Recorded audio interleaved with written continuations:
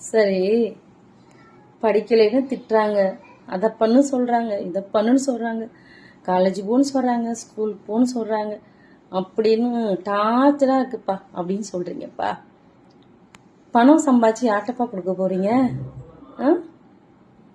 நல்லா படித்து ஒரு ஒர்க்குக்கு போனீங்கன்னு வச்சுக்கோங்களேன், யாருக்கு யூஸ் ஆக போகுது? உங்களுக்கு தான் யூஸ் ஆக போகுது. அதனால பெற்றவங்களுக்கு ஏதோ கொஞ்சம் யூஸ் ஆகலாம், அவ்வளோதான்.